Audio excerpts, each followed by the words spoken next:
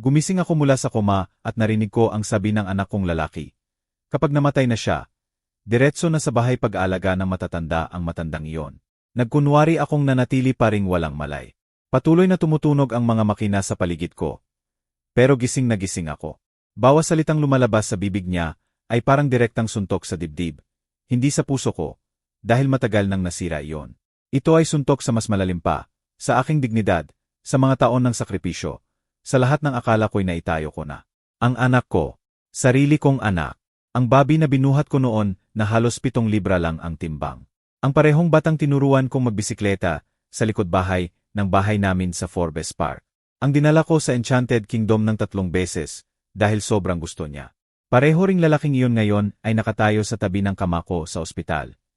Pinaplano na itapon ang kanyang ina na parang lumang muebles. Para sa ikabubuti mo, Sarah. Sabi niya sa kapatid niyang babae. Alam mo naman kung paano si inay. Hindi na siya makakapag-isa. Maganda ang bahay pag-aalaga sa Quezon City. May hardin. Hindi niya mamamalayan. Hindi agad sumagot si Sarah. May katahimikan na nagbigay sa akin ng pag-asa sandali. Baka siya, ang aking anak na babae, ang talagang anak sa mata ko, ay magsasalita. Baka ipagtanggol niya ang kanyang ina. Baka maalala niya ang lahat ng ginawa namin para sa kanila. Paano kung gumaling si Itay? Tanong niya sa wakas. Sabi ng doktor, himala nang ang buhay pa siya, sagot ni Roberto. At kahit gumising siya, alam mo namang hindi na siya magiging maayos. Hindi na siya makakapagtrabaho. Hindi na siya makakapamahala ng kahit ano. Mas mabuti nang kunin na natin ang kontrol ngayon. Nakipag-usap na ako sa abogado at doon na. Ang katotohanan, hindi sila nag-alala sa aking paggaling. Nag-alala sila sa pera, sa mga ari-arian, sa mga negosyo, sa lahat. Na itinatag ko sa loob ng 40 taon. Ako si Miguel Santos. 57 anyos ako. Bagamat ngayon ay parang 70 na ang pakiramdam ko. 6 na araw na ang nakalipas. Nag-aatake sa utak ako habang nasa meeting sa trabaho. Natumba ako sa harap ng lahat. Ayon sa sinabi ng mga doktor mamaya, wala akong maalala sa unang mga araw na iyon. Kadiliman lang. At pagkatapos, habang nagsisimula akong magising, mga boses. Mga boses na hindi ko alam na naririnig ko. Mga boses na nagpakita kung sino talaga ang mga pinakamamahal ko sa mundo. Ipinanganak ako sa isang mahirap na barangay sa Tondo. Mekaniko ang tatay ko at nagtitinda ng hotdog ang nanay ko mula sa kariton sa harap ng bahay namin. Wala kaming kahit ano, pero may pagmamahal kami. May dignidad. May gana na umunlad. Pero pera, wala kaming wala. Ako ang unang nakatapos ng high school sa pamilya namin. Ang unang nakapagkolehiyo. Nag-aral ako ng civil engineering sa isang state university. Nagtatrabaho sa araw at nag-aaral sa gabi. 4 na oras lang ako natutulog, minsan 3, pero hindi ako nagrereklamo. Alam ko, ang edukasyon lang ang tanging paraan para makalabas. Nakilala ko si Beatriz noong 23 anyos ako. Nagtatrabaho siya sa library ng universidad. Maganda siya.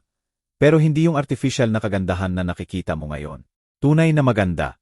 May ngiti siyang nagbibigay liwanag sa anumang kwarto. At pag ngumiti siya sa akin, pakiramdam ko kaya kong sakupin ang buong mundo. Nagbakasal kami 6 na buwan pagkatapos magkakilala. Wala kaming pera para sa malaking kasal. Sa munisipyo lang, mga magulang lang ang saksi. Ang handaan ay sa bahay ng biyenan ko. May chili at beer. Pinakamasayang araw ng buhay ko iyon. Lagi akong sinuportahan ni Beatriz.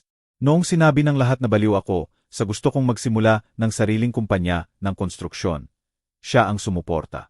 Noong mga buwan na walang kontrata at beans at tuyo lang kinakain namin araw-araw, hindi siya nagrereklamo. Noong kailangan kong isang laang singsing niya para mabayaran ang sweldo ng 3 empleyado ko, niyakap niya ako at sinabi, babalik natin yan, mahal ko. Makikita mo. At nabalik nga namin. Nabalik ang singsing. At marami pang iba. Sa loob ng 10 taon, mula 3 empleyado ang kumpanya ko, naging 120. Nagtayo kami ng subdivision, opisina, mall. Naging isa kami sa pinakamaasahang kontratista sa rehiyon. Dumating ang pera. Unay paunti-unti, pagkatapos ay parang baha. Binili namin ang unang bahay namin sa Forbes Park noong 35 anyos ako. 5 kwarto, hardin, at swimming pool. Umiyak si Beatriz nang ibinigay ko sa kanya ang susi. Atin na ba to? Tanong niya. Lahat atin, sagot ko. At gabing iyon, nagmamahalan kami na parang mga estudyanteng broke pa rin na nangangarap ng mas magandang bukas. Si Roberto ipinanganak 1 taon pagkatapos. Si Sarah sumunod 2 taon pagkatapos noon. Mga pinakamasayang taon ng buhay namin yon. Marami akong trabaho. Totoo. Madalas ako umuwi ng gabi na. Marami akong namiss na school program at soccer game ni Roberto. Pero ginawa ko lahat iyon para mabigyan sila ng hindi ko nakuha noon para hindi na sila mahirapan tulad ko. Binigyan ko sila ng lahat. Pinakamahal na private school sa Maynila. English, French, at piano lessons. Bakasyon sa Europa tuwing tag-init. Nag-business administration si Roberto sa UE Diliman. Fashion design naman si Sarah sa isang school sa Makati. Binili ko pa siya ng kondo sa BGC para hindi na siya makisama sa iba. Paggraduate ni Roberto, pinasok ko siya sa kumpanya. Binigyan ko agad siya ng managerial position. Gusto ko matuto siya ng negosyo mula sa loob. Gusto ko siya ang magmana balang araw para ituloy ang sinimulan ko. Pero si Roberto, wala siyang gutom na tulad ko. Wala siyang drive. Para sa kanya, madali ang lahat. Hindi siya nag-alala kailanman sa pera. Lagi na lang may pera. At kapag hindi mo pa nakipaglaban para sa isang bagay, hindi mo maintindihan ang tunay na halaga nito. Nagsimulang maglete sa meeting. Nagkansela ng importanteng appointment. Pumipirma ng kontrata nang hindi mabasa ng mabuti. Ilang beses akong sumagip para ayusin ang mga pagkakamali niya. Pero hindi ko siya sinigawan ng malakas. Anak ko siya. Akala ko, magmamaturi siya sa tamang panahon. Makakahanap siya ng sariling landas. Nagbakasal si Sarah sa isang arkitekto na nakilala niya sa Makati, si Daniel. Mukhang maginoo, magaling magsalita, magandang asal. Nagustuhan ko siya noong una. Mukhang seryoso at responsible. Pero napagtanto ko, ang habol lang niya ay ang pera ng anak ko. Well, ang pera ko, to be honest. Pag kinasal sila, binili ko sila ng bahay sa Ayala, Alabang. 3 palapag, 6 na kwarto, GYM, wine cellar. Binigyan ko rin si Sarah ng 20% share sa isa sa mga kumpanya ko para magkaroon siya ng sariling kita. Gusto ko siyang maging independent, na hindi kailanman magiging dependent sa iba. Pero ang madaling pera ay sumisira, at binigyan ko sila ng sobrang pera ng mabilis. Bumili si Roberto ng Porsche, pagkatapos Bentley. Nagsimulang pumunta sa exclusive na bar. Lumilipat sa kasino sa Macau tuwing buwan. Nag-aaksaya ng pera sa walang kwentang bagay. Binabalaan ko siya, pero sasabihin niya lang, nagtatamasa lang ako ng buhay, Itay. Kaya nga tayo nagtatrabaho, di ba? Hindi yon ang dahilan ko ng pagtatrabaho. Nagtatrabaho ako para magtayo ng matibay na bagay, para mag-iwan ng pamana, para siguradong hindi na mahihirapan ang mga anak at apo ko. Pero hindi nila iyon nakita. Para sa kanila, walang katapusan ang pera, parang gripo na hindi nauubos. Nakikita iyon ni Beatrice. Sinasabi niya sa akin sa gabi, kapag kami lang dalawa sa kwarto. Miguel, sinisira mo sila. Wala silang pinahahalagahan. At sasagutin ko, binibigyan ko sila ng hindi ko nakuha noon. Anong masama doon?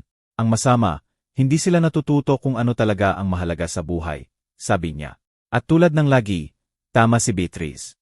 2 taon na ang nakalipas. Napansin ko ang pagbabago sa ugali ng mga anak ko. Maliit na detalye muna. Tumigil si Roberto sa pagbisita tuwing linggo. Dati, tuwing linggo siya dumating para sa hapunan, tradisyon ng pamilya. Pero bigla na lang siyang nagkansela. May lakad ako, Itay. Bigla ang nangyari. Sa susunod na linggo sigurado. Si Sarah rin, lumayo. Hindi na siya tumatawag tulad noon. Dati, 3 o 4 na beses sa isang linggo siyang tumatawag lang para kwentuhan. Para ikwento ang araw niya. Para humingi ng payo. Pero unti-unting lumayo ang mga tawag na iyon. At kapag nag-uusap kami, parang may bilis sa boses niya. Parang sinusuri lang ang checklist. Sabi ni Beatrice sa akin habang inialo niya ako. Busi sila. May sarili na silang pamilya, sariling buhay. Normal lang iyan. Pero alam ko hindi normal. Busi ang anak ay isang bagay. Ang anak na umiiwas sa iyo ay iba. Pagkatapos, nagsimula ang mga hingi ng pera. Gusto ni Roberto na hiramin ko siya ng 100 milyong piso para sa isang sure thing investment na hindi natuloy. Si Sarah naman, kailangan ng 25 milyong piso para i-remodel ang bahay. Kahit perpekto na ang bahay. Binigay ko sa kanila ang pera sa unang mga beses nang walang tanong. Mga anak ko sila. Anong ama ang magdedeni sa tulong sa anak? Pero hindi tumigil ang mga hingi. At hindi nila binayaran kahit piso man lang. 6 na buwan na ang nakalipas. Nalaman ko ginamit ni Roberto ang pangalan ko para makautang ng 250 milyong piso. Pinekpek niya ang pirma ko sa mga dokumento. Pag kinompronta ko siya, walang pagsisisi. Sasabihin ko sana sa iyo, Itay, pero alam kong gagawin mong issue. Kailangan ko agad ang pera. Anong kailangan mo? Para mabayaran ang utang. Anong utang, Roberto? Hindi siya sumagot. Tinitigan lang niya ako ng malamig na mata na hindi ko nakilala. Kailan naging estranghero ang anak ko? Devastated si Beatrice. Umiyak siya sa gabi. Anong nagawa nating mali, Miguel? Kailan natin nawala ang mga anak natin? Wala akong sagot. Yakap lang ako at nararamdaman ang parehong sakit. Sakit ng isang amang nagbigay ng lahat at natanggap na lamang ang kawalan ng pakialam. Pagkatapos, nangyari ito. Ang atake sa utak, gaya ng tawag ng mga doktor. Nasa meeting ako kasama ang mga investor mula sa Japan. Malaking kontrata na dapat isara. Bigla akong nakaramdam ng matalim na sakit sa ulo. Parang sinaksak ng kutsilyo. Nagkagulo ang mga salita ko. Namanhid ang kaliwang braso ko. Emar Santos, narinig ko. Ayos ka lang ba? Hindi ako makasagot. Natumba ako at kadiliman.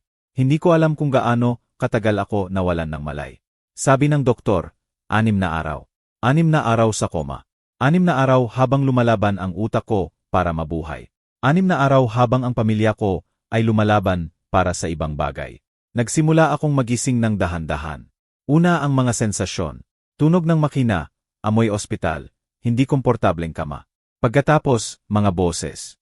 Unay malayo, pagkatapos ay lumilinaw. At narinig ko sila. Si Roberto at Sara, ang dalawa kong anak, ang tanging anak ko. Pinaplano ang kinabukasan ko at ng nanay nila na parang mga bagay lang kami. Parang problema na kailangang ayusin. Nakipag-usap na ako sa abogado, sabi ni Roberto. Makukuha natin ang power of attorney habang incapacitated si Itay. Sa ganitong paraan, makakapagdesisyon tayo tungkol sa mga kumpanya at ari-arian. Paano kung gumising siya at tumutol? Tanong ni Sara. Sabi ng doktor, kahit gumising siya, magkakaroon ng side effects. Malamang hindi na siya makapagsalita o makagalaw ng maayos. Kailangan niya ng 24 hour care. Kung gayon, magkakaroon tayo ng nurse. Sigurado, pero para kay Itay, hindi kay inay. Siya ang pupunta sa bahay pag-aalaga. Ang mga salitang iyon ay tumagos sa akin na parang bala. Pupunta siya sa bahay pag-aalaga. Si Beatrice, ang asawa ko. Ang babaeng kasama ko sa loob ng 34 taon. Ang babaeng sumuporta sa akin nang wala kaming wala. Ang babaeng isinakripisyo ang sariling pangarap para maipagpatuloy ko ang sa akin. Ang babaeng nagpalaki sa 2 walang utang na loob na anak na ito na ngayon ay nagpaplano na ikulong siya sa bahay pag-aalaga. Gusto kong sumigaw. Gusto kong buksan ang mga mata at harapin sila doon mismo. Pero may huminto sa akin. Isang boses sa loob ko na nagsabi, hintayin mo, makinig ka. Kailangan mong malaman ang buong katotohanan. At patuloy akong nakinig. Ang halaga sa bahay pag-aalaga sa Quezon City ay 500,000 piso bawat buwan. Tuloy ni Roberto, mahal, pero maganda ang facilities, at higit sa lahat, malayo. Hindi siya makakaistorbo sa atin o magtatanong tungkol sa negosyo o pera. Sa tingin mo ba papayag si inay? Tanong ni Sara. Naglabas si Roberto ng mapait na tawa. Hindi kailangang pumayag si inay. Kapag wala na si Itay, tayo ang magdedesisyon. Wala siyang in-name. Lahat nasa pangalan ni Itay. Totoo iyon. Isang pagkakamali na malinaw ko na ngayon. Lahat ng ari-arian, lahat ng kumpanya, lahat ng bank account nasa pangalan ko.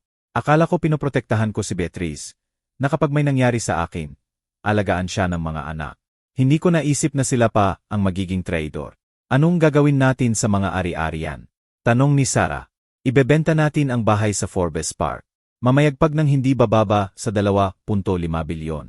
Ang mga rental apartment, itatago natin bilang investment. At ang shares sa kumpanya, hatiin natin. Sabi ni Daniel, ibenta na lang natin ang buong kumpanya ng konstruksyon. Sumabat si Sara. Sabi niya, makakakuha tayo ng ilang daang milyon kung ibebenta natin sa isang kumpanyang interesado mula sa Espanya.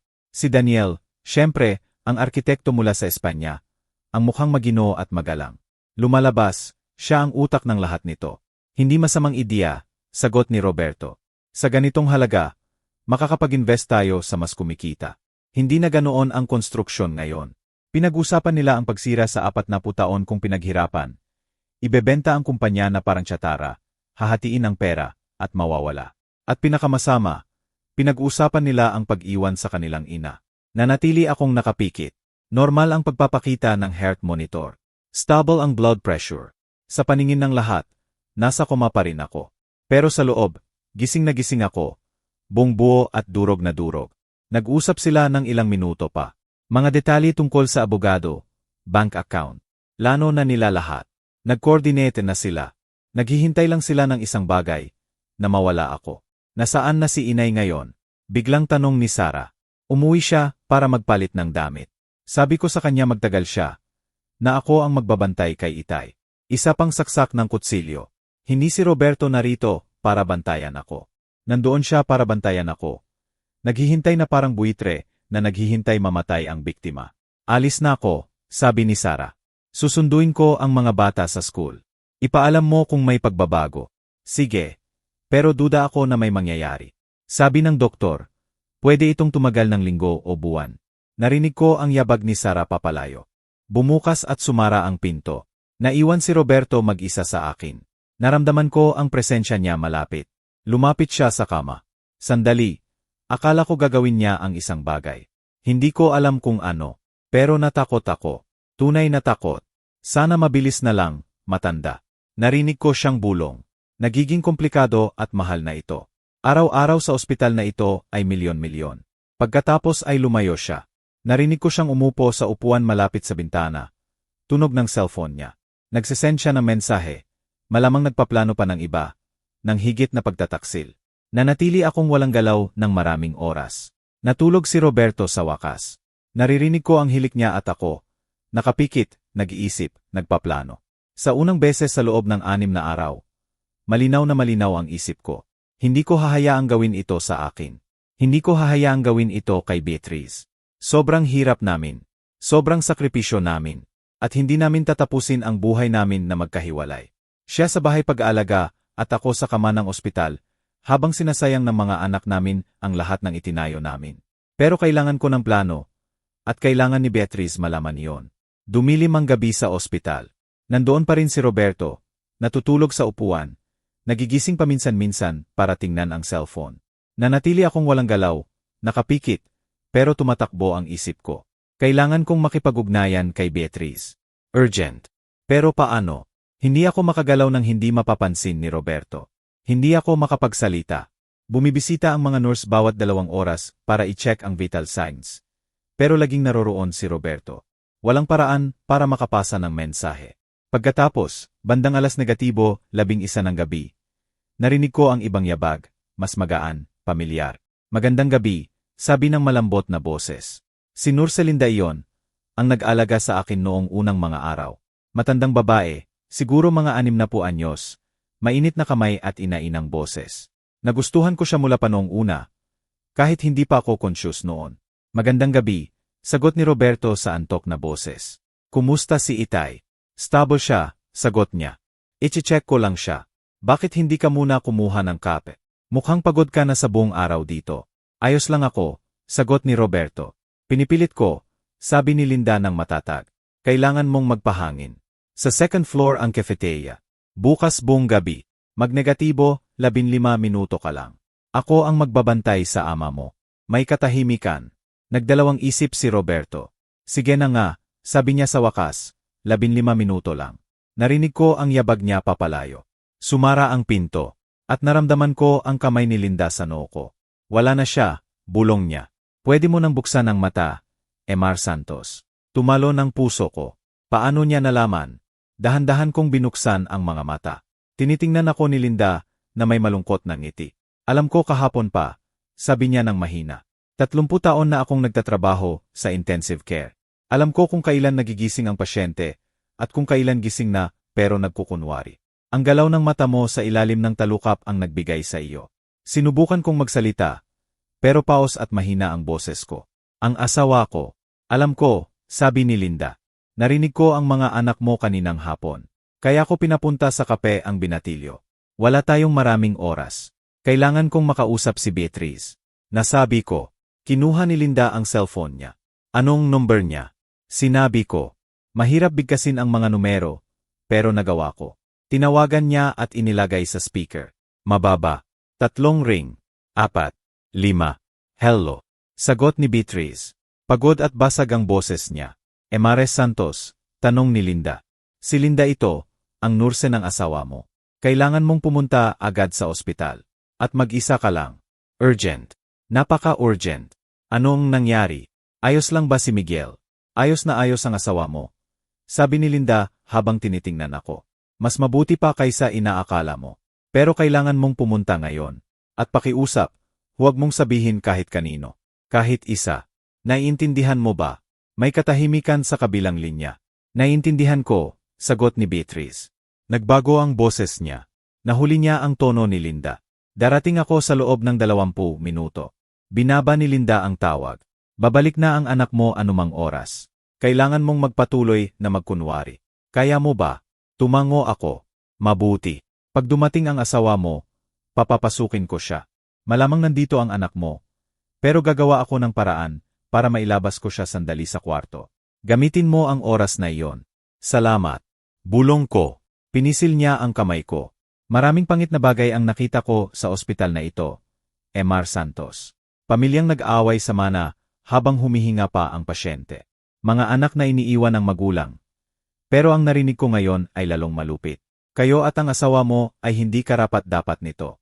Isinara ko ang mga mata nang bumukas ang pinto. Bumalik si Roberto. Kumusta siya? Tanong niya. Walang pagbabago. Sagot ni Linda ng propesyonal. Walang pagbabago, pero mabuti ang vital signs niya. Tumutugon ng mabuti ang katawan niya sa treatment. Gaano katagal pa kaya siyang ganito? Imposibleng malaman. Pwede siyang magising bukas o kaya'y linggo pa. Ang utak ay hindi mahuhulaan. Humalinghing si Roberto, hininga ng inis. Hindi ng pag-aalala. Malinaw iyon. Tinapos ni Linda ang pag-check at lumabas. Ang susunod na 20 minuto ang pinakamahaba sa buhay ko. Narinig ko si Roberto na nagtatype sa cellphone. Minsan bumubulong.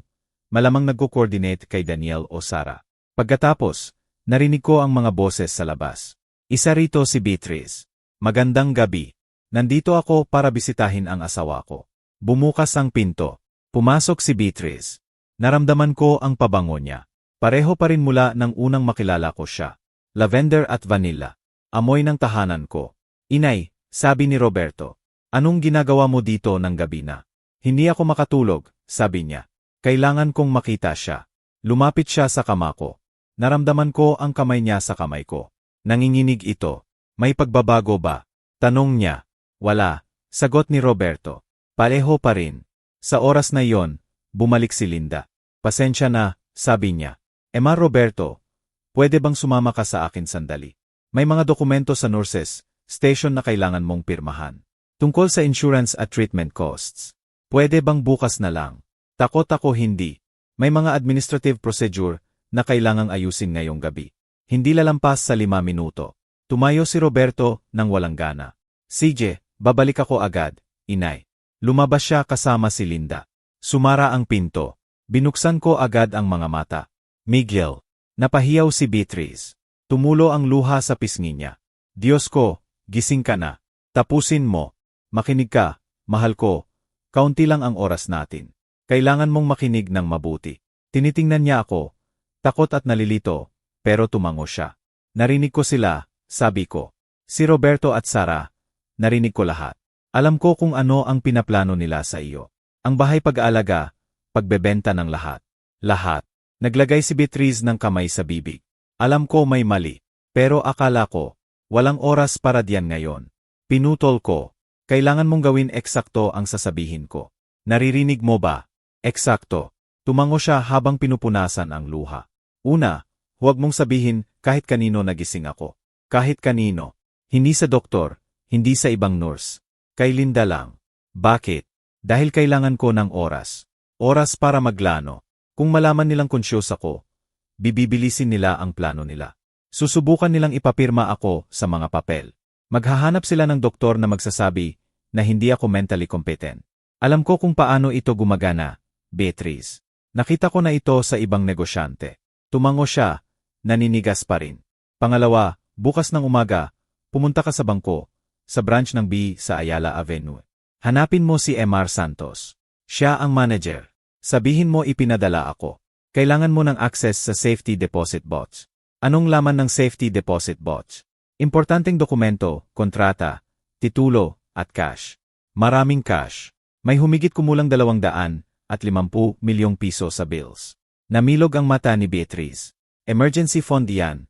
Ipinaliwanag ko. Lagi akong maingat. Kunin mo lahat, ilagay sa 2 maleta. Iuwi mo, at itago ng mabuti sa bodega sa likod ng Christmas decorations. Walang tumitingin doon. Miguel, natatakot ako. Mabuti. Dapat kang matakot, dahil hindi madali ang darating. Mas hinigpitan ko ang kapit sa kamay niya. Pangatlo, tawagan mo si Ati Mendoza, ang personal kong abogado sa opisina sa Makati. Sabihin mo kailangan mong makita siya agad. Matter of life and death. May intindihan niya. At anong sasabihin ko sa kanya? Sabihin mo kailangan mo ng general power of attorney, malawak at irrevocable, na nagbibigay sa iyo ng total control sa lahat ng ari-arian at kumpanya ko habang incapacitated ako. Pero sabi ni Roberto, ginagawa na niya iyon. Sinusubukan ni Roberto. Pero si Mendoza ang abogado ko sa loob ng 20 taon. Hindi siya gagawa ng kahit ano nang hindi muna nakikipag-usap sa akin o nakakakuha ng explicit authorization ko. At pag dumating ka, alam niya kung ano ang gagawin. Matalino at tapat na tao siya. Isa sa ilan na natira. Humhinga ng malalim si Beatriz. Ano pa? Pang-apat. Simulan mong bawiin ang pera mula sa mga account. Hindi lahat ng sabay-sabay o magdududa sila. Pero simulan mo.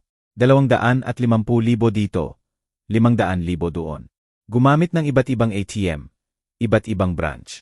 Miguel, parang tumatakbo tayo. Tinitigan ko siya ng diretso. Dahil iyon nga ang gagawin natin. Natigilan siya. Makinig ka sa akin, mahal ko. Ipinagkanulo tayo ng mga anak natin. Ang pamilya na itinayo natin. Ang pamilya na sinakripisyo natin ang lahat. Ipinagkanulo nila tayo. At hindi ako maghihintay dito habang ikinukulong nila ako sa ospital na ito. Habang ikinukulong kanila sa bahay pag-aalaga at ninanakaw ang lahat ng itinayo natin. Pero saan tayo tatakbo? Malayo. Sa lugar na hindi tayo makikita. Sa lugar na magsisimula ulit tayo. Miguel, halos 60 na tayo. Magsisimula ulit. Ginawa natin yon noon nang wala tayong wala. Naalala ko sa kanya. Kaya natin ulitin. Ngayon may karanasan tayo. May resources. At higit sa lahat, may isa-isa tayo. Patuloy na tumutulo ang luha niya. Pero ngayon, may iba na sa mata niya. May apoy. May determinasyon na matagal ko nang hindi nakikita. Kailan? Tanong niya simpleng. Malapit na. Napakalapit. Pero muna, kailangan kong gumaling ng kaunti pa. Kailangan kong makalakad. Kailangan kong makapag-alaga sa sarili ko. Bigyan mo ako ng 1 linggo, baka 2. Paano kung i-discharge ka ng doktor? Hindi nila gagawin. Gagawin ko siguradong akala nila masama pa rin ako. Kailangan pa ng observation. Sa katunayan, sinabi ko, sabihin mo sa doktor na gusto mo ng second opinion. Na gusto mong padatingin ang specialist mula sa ST Lux. Makakatipid iyan ng oras natin. Tutol si Roberto. Hayaan mo siyang tumutol. Legal na asawa mo ako. Habang incapacitated ako, ikaw ang may final say sa medical decisions, hindi siya. Tumango si Beatriz. Nakikita ko ang pagproseso ng isip niya. Isa pa, dagdag ko. Simulan mong mag-MPEC. Hindi marami. Mga essentials lang. Damit, personal na dokumento, mga larawan na mahalaga sa iyo. Pero gawin mo ng palihim. Kung magtatanong si Roberto o Sara, sabihin mo nagdonate ka, naglilinis ka para maaliw ang isip mo. Saan tayo pupunta eksakto? Naisip ko na, Porto, Portugal.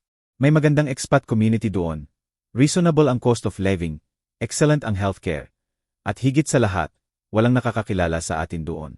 Pwede tayong magsimula ng buong buo bilang Miguel at Beatriz lang ulit. Ngumiti siya sa gitna ng luha.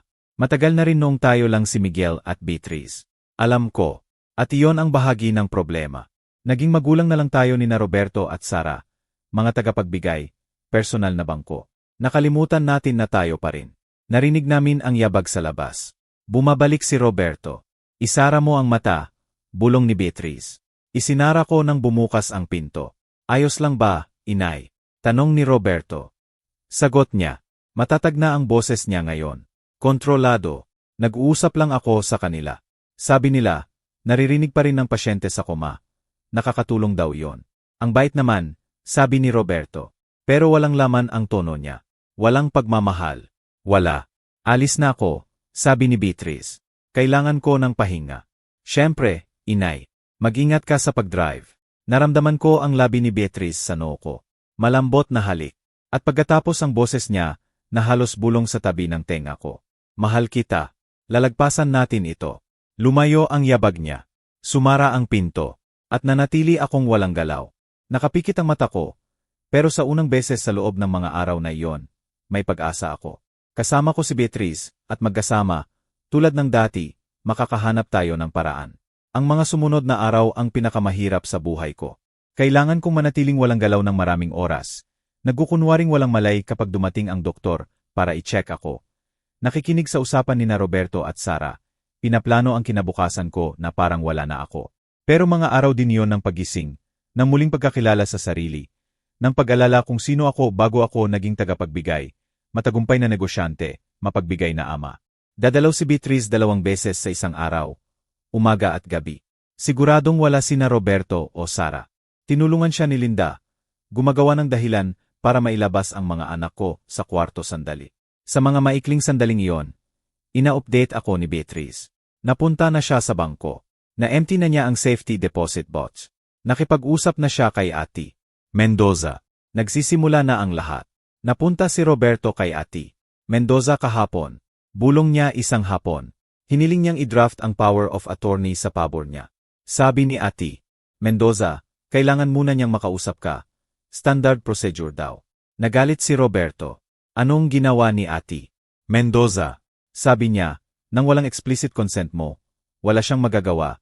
Tungkulin niya iyon bilang abogado mo. Binalaan ni Roberto na i-report siya sa Bar Association. Mas matalino si Ati Mendoza. Alam niya kung paano i-handle ang ganitong sitwasyon. May iba pa, dagdag ni Beatrice. Nag-hire si Roberto ng private investigator. Bumilis ang tibok ng puso ko. Para saan? Para suriin ang lahat ng bank account natin. Gusto niyang malaman eksakto kung magkano ang meron tayo at nasaan lahat. Nabawi mo na ba ang pera mula sa accounts? Tulad ng sinabi ko, paunti-unti. Halos 100 milyong piso na ang naitago ko sa bahay sa cash. Pero natatakot ako, Miguel. Paano kung may makita sila? Walang makikita sila. Ipinaliwanag ko. Ang pera mula sa safety deposit box, hindi lumalabas sa bank record. Invisible iyon. At ang cash na binabawi mo ay maliit na halaga na madaling i-justify bilang gastusin sa bahay. Dumating ang mga doktor araw-araw para i-evaluate ako. Natuto na akong kontrolin ang paghinga. Panatilihing relax ang mga kalamnan. Hindi mag-react kapag tinusok nila ako o inilipat. Naguguluhan si Yar Cruz, ang lead neurologist. Kakaiba, sabi niya kay Roberto. Mabuti ang vital signs niya. Bumaba ng malaki ang pamamaga sa utak sa scan. Dapat nagigising na siya. Anong ibig sabihin kung hindi? Tanong ni Roberto. At narinig ko ang pagkabalisa sa boses niya. Kailangan niyang magising ako para maisakatuparan ang plano nila. Pero kailangan din niyang maging mahina lang nang hindi ako makatutol. Pwede itong maraming dahilan, sagot ni Yar Cruz. Minsan kailangan lang ng utak na mas maraming oras para gumaling. Patuloy naming i-monitor. Isang hapon, dumating si Sara mag-isa. Umupo siya sa tabi ng kama at nanahimik halos 1 oras. Nagtaka ako kung ano ang iniisip niya. May pagsisisi ba siya? May duda ba sa plano nila? Pagkatapos nagsalita siya ng mahina, parang kausap ang sarili. Hindi ko alam kung naririnig mo ako, Itay. Sabi nila, naririnig daw ng nasa koma. Hindi ko alam kung totoo. Tumigil siya. Sabi ni Roberto, ibenta na lang daw lahat. Iyon daw ang pinakamabuti. Sumang-ayon si Daniel. Sabi nila, iyon ang paraan para masecure ang future natin. Ang future ng mga apo mo. Mga apo ko. Ngayon lang nila naisip ang mga apo ko. Ang parehong apo na bihirang ipakita sa akin dahil lagi silang bossy. Hindi ako sigurado, tuloy niya. Ito ang kumpanya mo, ang buhay mong pinaghirapan. Parang mali na ibenta lang ng ganito. Pero sabi ni Roberto, may intindihan mo daw, gusto mo lang naman na ayos kami. Tumigil siya ng matagal. At tungkol kay inay, medyo nabasag ang boses niya. Ayoko siyang mapunta sa bahay pag-aalaga. Talagang ayoko. Pero sabi ni Roberto, para sa ikabubuti daw niya, na hindi natin kaya alagaan siya. Na mas mabuti siya doon kasama ang mga profesional. Kaya may duda si Sara. Pero hindi sapat para gawin niya ang tama. Hindi sapat para ipagtanggol ako o ang nanay niya. Miss kita, Itay, sabi niya sa wakas. Sana magising ka at sabihin mo kung ano ang gagawin.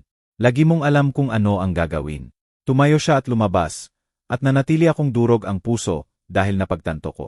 Hindi masama si Sarah, pero mahina siya. Hinayaan niyang kontrolin siya ni na Roberto at Daniel.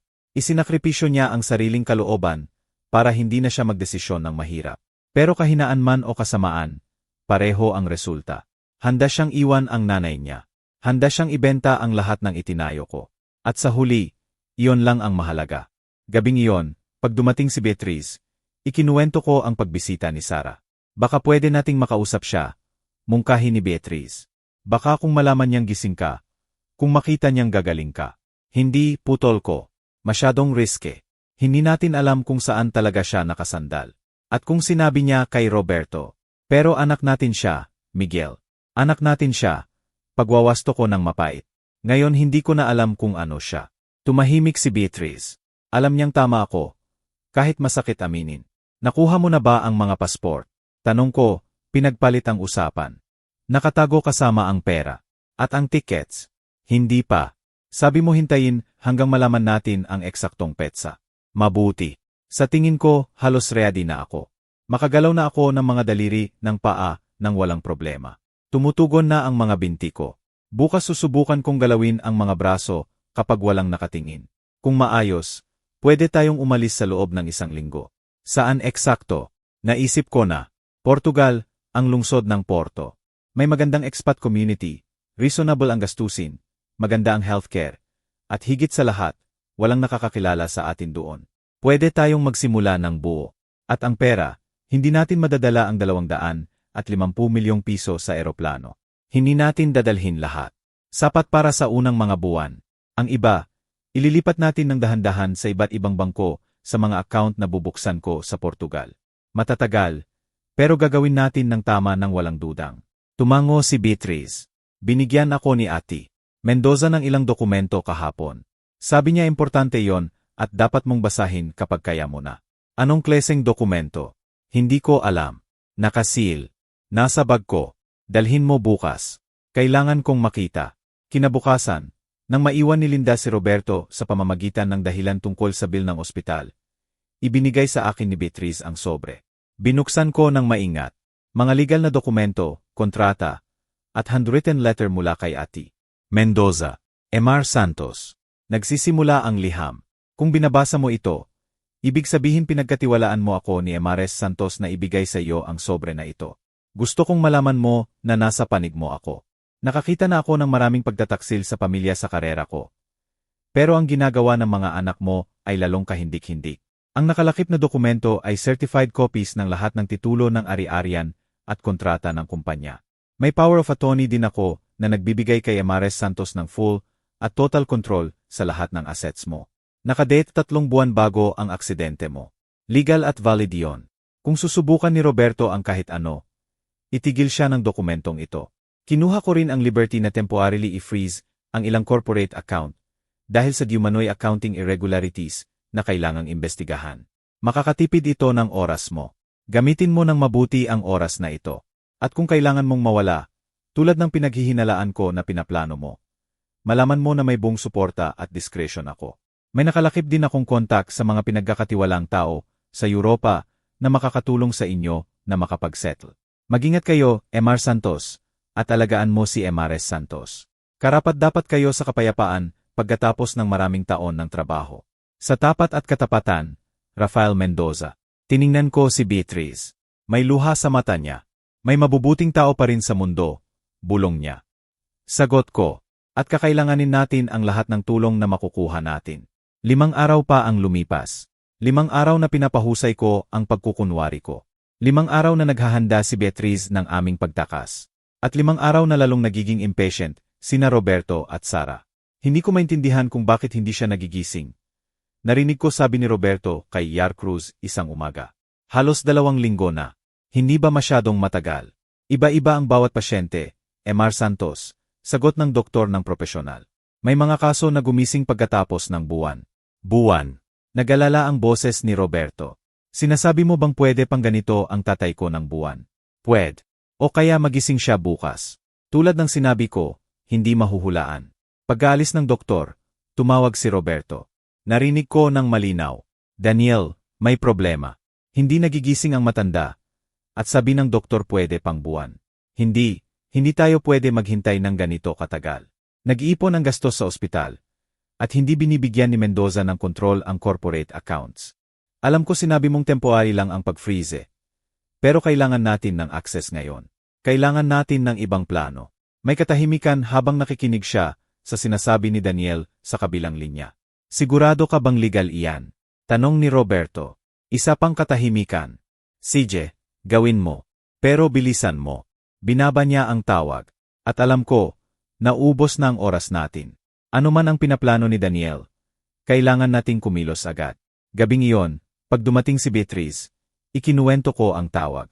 Malamang may legal na hakbang silang pinaplano para kunin ang kontrol mula sa akin. Sabi ko, malamang susubukan nilang ipahayag na mentally incompetent ako. Sa ganitong paraan, pwede nilang inulify ang power of attorney na ibinigay sa iyo ni Mendoza. Kaya ba nila iyon? Kung makakahanap sila ng doktor na magte-testify na hindi ako sa tamang pag-iisip, at sa sapat na pera, makakakuha sila ng kahit sinong doktor. Natakot si Beatriz. Anong gagawin natin?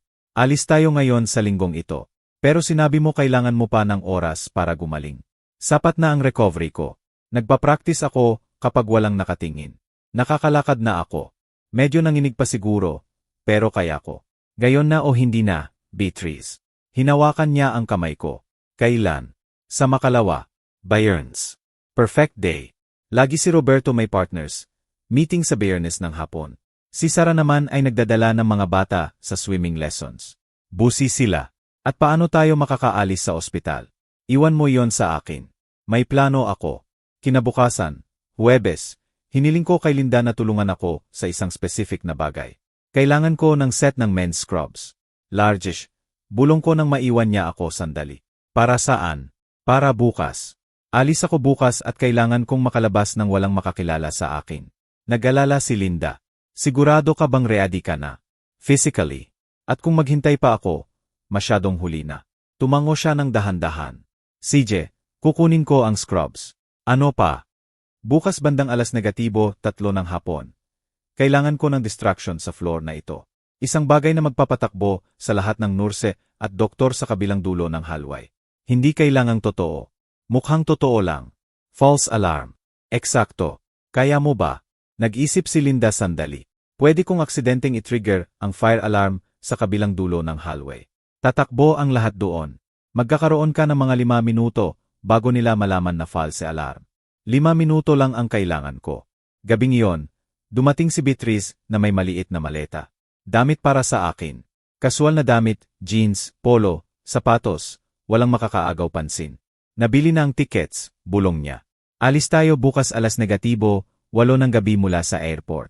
Diretso sa Madrid, tapos connecting sa Porto. Gumamit ka ba ng credit card? Hindi. Cash sa travel agency. Tulad ng sinabi mo. Mabuti. At ang pera, may 2 maleta na sa kotse kasama ang damit at cash. Lahat ng kailangan natin para sa unang mga buwan. Anong sinabi mo kina Roberto at Sara? Na magpapahinga ako sa kapatid ko sa Tagaytay. Na kailangan kong mag-clear ng isip. Hindi man lang nagtanong si Roberto ng detalye. Sabi lang ni Sara, enjoy daw ako. Medyo nabasag ang boses ni Beatriz sa huling bahagi. Niyakap ko siya hanggang kaya ko mula sa kama ng ospital. Alam ko, mahal ko. Alam ko mahirap ito. Pero ito ang kailangan nating gawin. Hindi pa rin ako makapaniwala na tumatakbo tayo sa sarili nating mga anak. Hindi tayo tumatakbo sa kanila. Inililigtas natin ang sarili natin mula sa kanila. May pagkakaiba iyon. Pinunasan ni Beatriz ang luha. Sigurado ka bang makakalakad ka hanggang parking garage? Lalakarin ko hanggat kailangan. Nagpa-practice na ako. Kagabi nang matulog si Roberto, bumangon ako at naglakad-lakad sa kwarto. Masakit ang mga binti ko, pero gumagana. At kung may mali, walang mangyayari. Tiwala ka sa akin, Beatriz. Isang beses pa, tiwala ka sa akin. Hinalikan niya ako. Mahaba at malalim na halik. Halik na may lasa ng paalam. Paalam sa buhay na itinayo natin. Sa lungsod na kilala natin, sa pamilyang nabiyak. Mahal kita, bulong niya. Mahal kita mula nang unang makita kita sa library na iyon. At mahal kita rin. Ikaw ang tanging totoong bagay sa buhay ko. Ang tanging sulit iligtas. Bayerns. Dumating na ang araw. Dumating si Roberto nang maaga tulad ng dati. Umupo siya sa upuan malapit sa bintana. Nagche-check ng cellphone. Alas negatibo, 11 ng umaga. Dumating si Sarah. May pagbabago ba? Tanong niya. Wala. Sagot ni Roberto ng inis. Pareho pa rin siyang bato. Sabi ng doktor, kailangan ng pasensya. Sawa na ako sa pasensya. Sumabat si Sarah. Nakipag-usap si Daniel sa abogado kahapon. Pwede na nating simulan ang proseso para ideklara siyang legally incompetent. At sumasang-ayon si Inay. Hindi natin tinatanong si Inay. Emosyonal siya ngayon. Hindi siya makakapagdesisyon ng objective. Tumahimik si Sarah. Makinig ka, tuloy ni Roberto, alam ko mahira ito. Pero kailangan nating isipin ang future, ang pamilya natin, ang mga bata. Itinayo ni Itay lahat nito para sa atin, di ba? Ngayon naman tayo ang bahala pamahalaan. Siguro tama ka, sabi ni Sarah, bagamat hindi sigurado ang boses niya. Alas negatibo 1 ng hapon. Umalis si Roberto. Kailangan niyang maghanda para sa partners meeting. Nanatili si Sarah ng kaunti pa, pero alas negatibo 2, umalis din siya. Susunduin niya ang mga bata. Babalik ako mamaya, Itay. Sabi niya bago umalis, mahal kita. Mahal niya ako. Talaga. Dahil ang pagmamahal hindi lang salita. May aksyon. At ang aksyon niya ay nagsasabi ng ibang bagay. 5 minuto bago magnegatibo 3, pumasok si Linda. May dala siyang plastic bag. Narito ang scrubs, bulong niya. At kunin mo rin ito. Ibinigay niya sa akin ang baseball cap at dark sunglasses. Para hindi ka makilala sa security cameras. Anghel ka, Linda. Sana alam mo kung ano ang ginagawa mo. Emar Santos. Napaka-risky nito. Alam ko. Pero minsan kailangan mong isugal ang lahat para iligtas ang mahalaga. Tumango siya. Alas negatibo 3 eksakto. I-trigger ko ang alarm. Pag narinig mo ang sirena, kailangan mong mabilis. Gawin mo ang emergency stairs. Huwag elevator. Diretso ang hagdan sa basement parking garage. Sabi ng asawa mo, naghihintay siya sa gray na Honda CR malapit sa exit. Salamat, Linda, sa lahat. Mag-ingat kayo, pareho. Pinisil niya ang kamay ko 1 beses pa at lumabas. Nag-iisa ako sa kwarto. Tumitibok ng malakas ang puso ko. Normal ang tunog ng mga makina sa paligid ko. Sa labas sa hallway, naririnig ko ang karaniwang abala ng ospital. Mga nurse na naglalakad, doktor na nag-usap, food carts na dumadaan. Lahat normal, lahat tahimik. Tiningnan ko ang oasan sa dingding. 2 oras 57 minuto, 3 minuto. Maingat kong tinanggal ang sensors sa braso ko. Nagumpisang mag-beep ng hindi regular ang heart monitor. Pero pinatay ko agad. Umupo ako sa kama. Nanginginig ang mga binti ko. Pero tumutugon. 2 oras 58 minuto. Tumayo ako. Medyo umiikot ang sahig sa paa ko. Pero hinawakan ko ang gilid ng kama. Huminga ako ng malalim. Kaya ko ito. Kailangan kong gawin ito. 2 oras 50 minuto. Binuksan ko ang plastic bag. Kinuha ko ang scrubs. Tinanggal ko ang hospital gown at isinuot ang damit. Maluwag ng kaunti ang pantalon, pero gumana. Pasok ang shirt.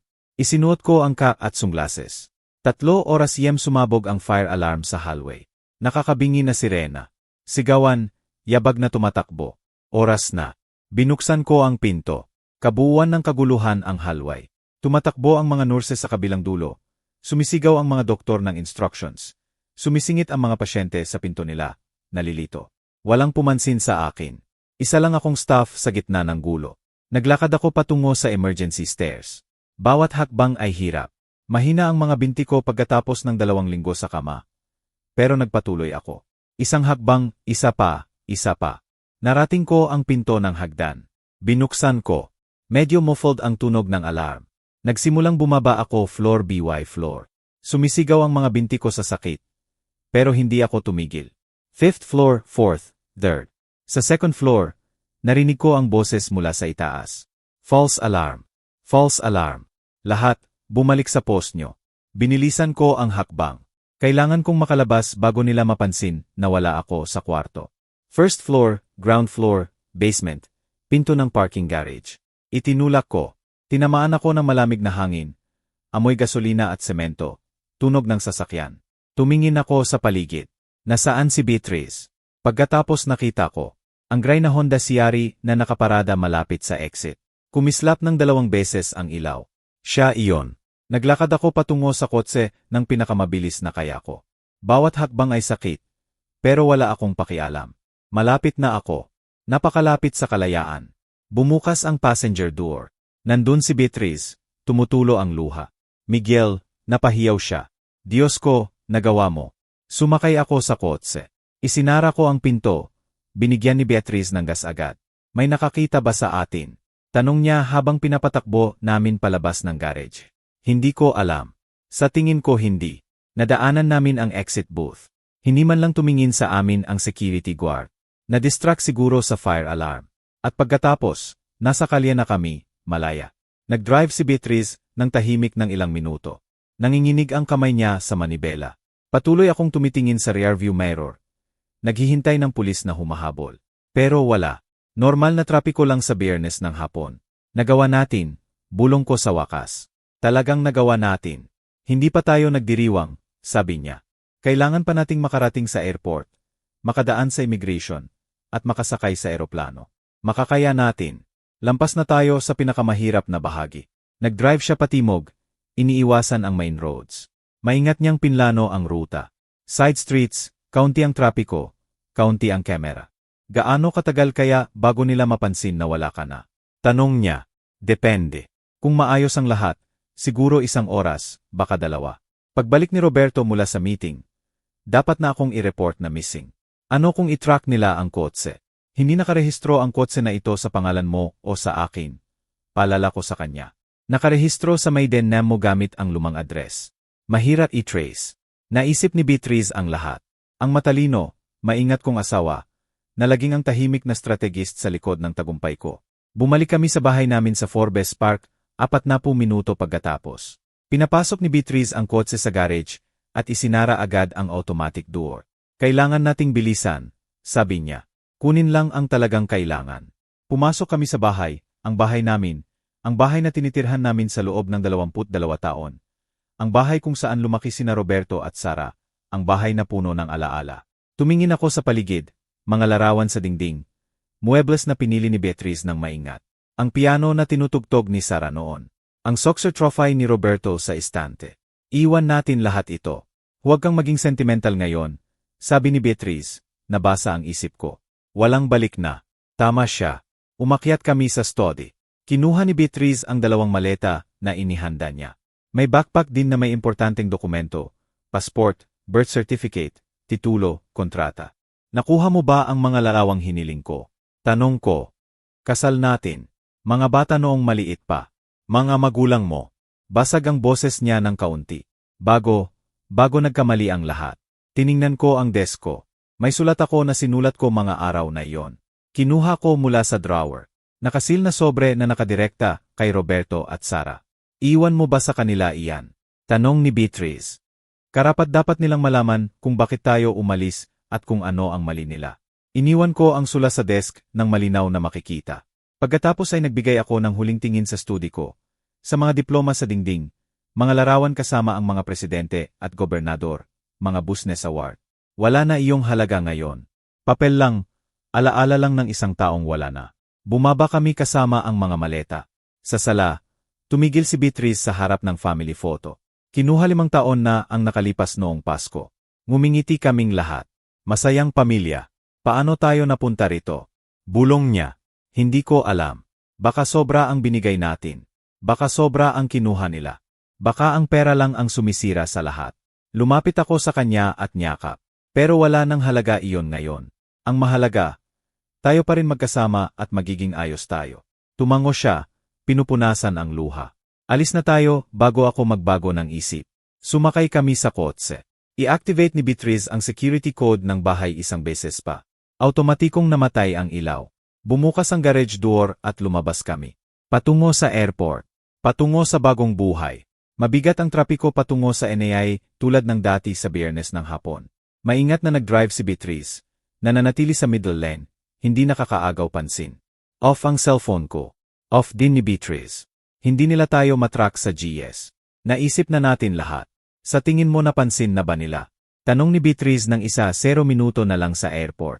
Tiningnan ko ang relo ko. Alas -5:30 ng hapon. Siguro. Dapat tumawag na si Roberto sa ospital pagkatapos ng meeting. Tinanong niya ako, at sinabi nila na wala ako. Siguradong tinawag na nila ang pulis. Pero hinahanap nila ang pasyente sa koma na nawala sa ospital. Sabi ko. Hindi hinahanap ang lalaking naka-street clothes na umaalis ng bansa kasama ang asawa. Dumating kami sa airport. Pinark ni Beatrice sa long-term parking. Kinuha namin ang mga bagahe. Naglakad ba tungo sa terminal? Bawat hakbang sa loob ng airport ay tense. Patuloy akong tumitingin sa paligid. Naghihintay ng pulis na naghahanap sa amin. Naghihintay ng pangalan ko sa loudspeaker. Naghihintay na may makakilala sa amin. Pero walang nangyari. Isa lang kaming middle-aged couple na may maleta na pupunta sa flight. Dumating kami sa check-in counter. Ngumiti ang agent. Magandang gabi. Passport po. Inabot namin. Tiningnan niya. Nagtype sa computer. Sobrang lakas ng tibok ng puso ko na akala ko naririnig ng lahat. Business or pleasure? Tanong niya. Leisure, sabi ni Beatrice ng kalmado. Pupunta kami sa Portugal para magbakasyon. Ang ganda naman. Sana ma-enjoy ninyo ang biyahe. Ibinigay niya ang passport kasama ang boarding pass. Ang flight ninyo ay mula Gate C-47. Boarding sa loob ng 2 oras. Salamat. Naglakad kami patungo sa immigration. Mahaba ang pila. Hinintay namin ang turn. Sa wakas, narating namin ang immigration officer. Passport. Inabot namin. Tiningnan niya. Tiningnan ang mga larawan. Tiningnan kami. Pagkatapos ang mga larawan ulit. Gaano katagal kayo mawawala sa bansa? Tanong niya. Hindi kami sigurado, sagot ko. Baka 1 buwan, baka 2. Tumango siya. Binilyetehan ang passport. Magandang biyahe. At iyon na. Nakadaan na kami sa immigration. Nasa international zone na kami. Hindi na nila kami mapipigilan ngayon nang walang international incident. Hinawakan ni Beatrice ang kamay ko habang naglalakad patungo sa gate. Alam mo ba kung ano ang pinaka-craziest na bahagi nito? Sabi niya, mas malaya ako ngayon, umaalis sa lahat, kaysa sa nakaraang 10 taon sa malaking bahay na iyon. Pareho ang pakiramdam ko, amin ko. Parang may malaking bigat na natanggal sa balikat ko. Nahanap namin ang gate C-47. Umupo kami sa waiting area. Halos 2 oras bago mag-boarding. Kinuha ko ang cellphone ko. Binuksan ko 1 beses pa. Agad bumaha ang mga mensahe. 12. Missed calls. Mula kay Sara. Roberto, nasaan si Itay? Sabi ng ospital na wala siya. Mula kay Roberto. Inay, sagutin mo ang phone. Mula kay Sara. Roberto, hindi makatwiran ito. Paano nawawala ang nasa koma? Mula kay Roberto. Inay, ayos ka ba? Sabi ng ospital na wala si Itay. Pakiusap tawagan ninyo kami. Nag-aalala kami. At ang pinakabagong, ipinadala 0 minuto na ang nakalipas mula kay Roberto. Inay, kung binabasa mo ito, kailangan mong malaman ito. Hindi totoo na nasa koma si Itay. Lahat sinungalingan niya. At ngayon, makahaharap kayo ng legal consequences dahil sa insurance fraud at pagnanakaw ng corporate assets.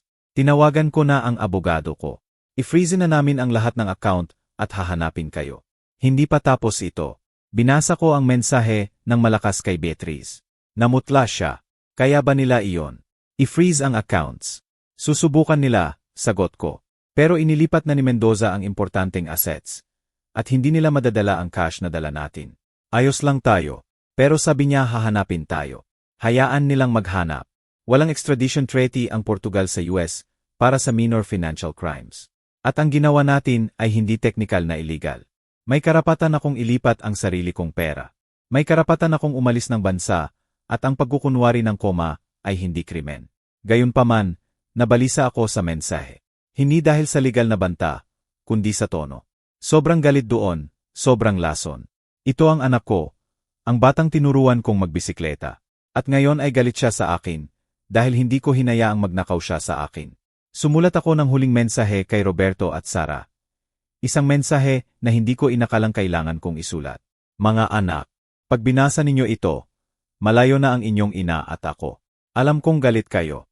Alam kong feeling ninyo ipinagkanulo kayo. Pero kayo muna ang nagkanulo sa amin. Narinig ko kayo sa ospital. Narinig ko ang bawat salita. Narinig ko kayong nagpaplano na ilagay ang inyong ina sa bahay pag-aalaga. Narinig ko kayong nagpaplano na ibenta ang kumpanya ko. Narinig ko kayong nagpaplano na hatiin ang lahat na parang patay na ako. Kaya gumawa ako ng desisyon. Ang tanging desisyon na natira sa akin. Umalis kami. Kinuha namin ang sa amin. Ang itinayo namin ng sarili naming kamay. At magsisimula ulit kami malayo sa inyo. Huwag ninyo kaming hanapin. Hindi ninyo kami makikita. At kahit makita ninyo, hindi kami babalik.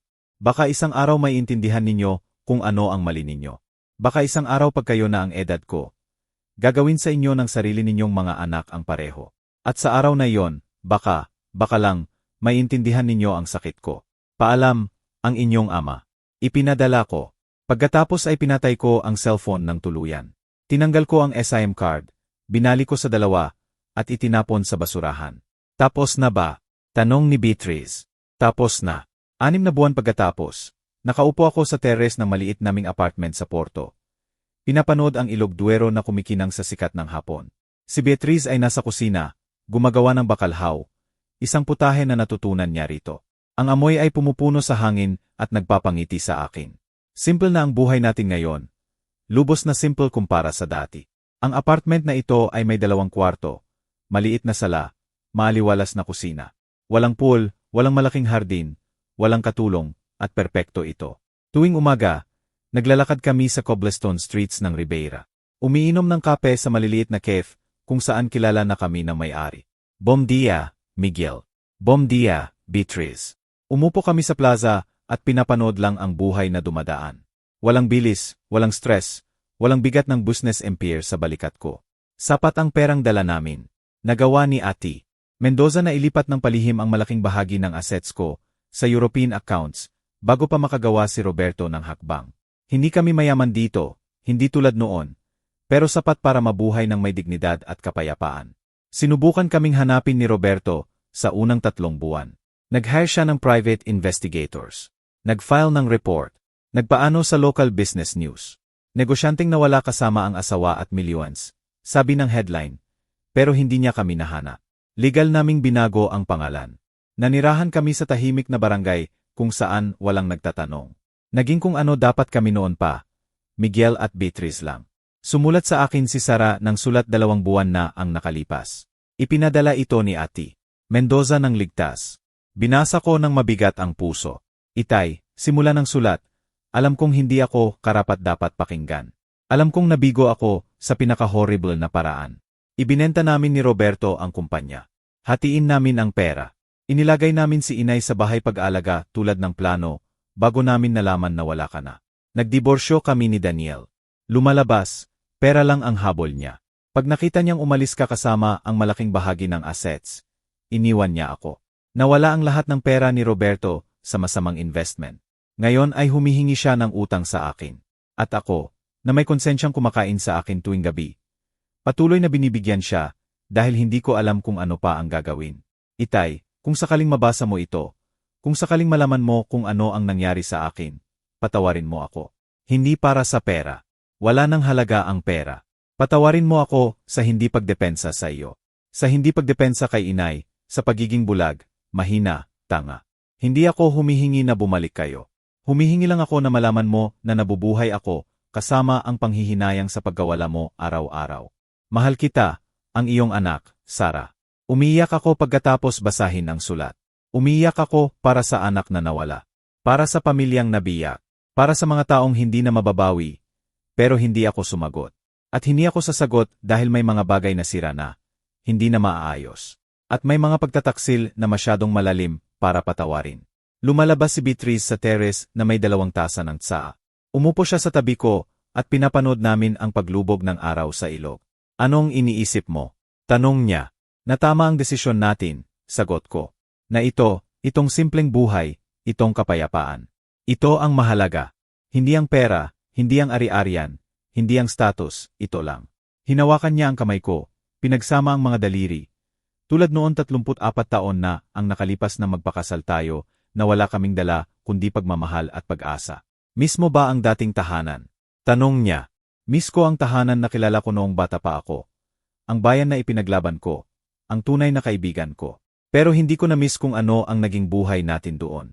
Hindi ko na-miss na maging personal na bangko ng mga anak ko. Hindi ko na-miss ang stress. Hindi ko na-miss ang pagtataksil. At ang mga apo, iyon ang pinakamasakit. Ang mga apo na halos hindi ko nakilala na lalaki nang hindi nakikilala kung sino talaga ang kanilang lolo at lola. Iyon ang presyo na binayaran natin. Sabi ko sa wakas. At mataas na presyo.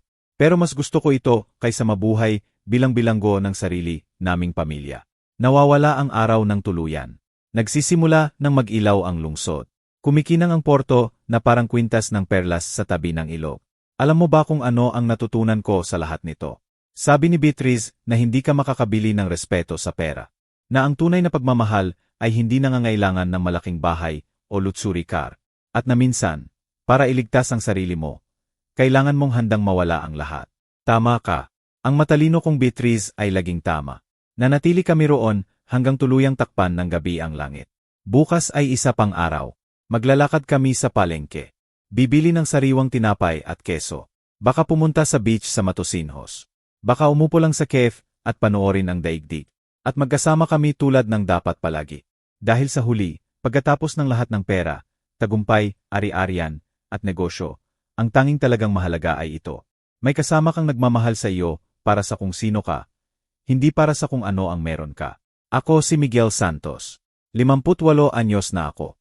Nawala ko ang isang kayamanan. Nawala ko ang isang kumpanya. Nawala ko ang mga anak ko. Pero nanalo ako ng kalayaan ko. Nanalo ako ng dignidad ko. At nais ako ng pangalawang pagkakataon na mabuhay sa buhay na lagi kong gusto. At iyon, maniwala ka, ay walang halaga. Kung hinawakan ng kwentong ito ang puso mo, dahil sa kahit saan, sa panuman, lahat tayo ay nakaranas ng pagtataksil. Lahat tayo ay gumawa ng mahihirap na desisyon. Lahat tayo ay pumili sa pagitan ng komportable at tama. Sana hindi mo maranasan ang pinagdaanan ko.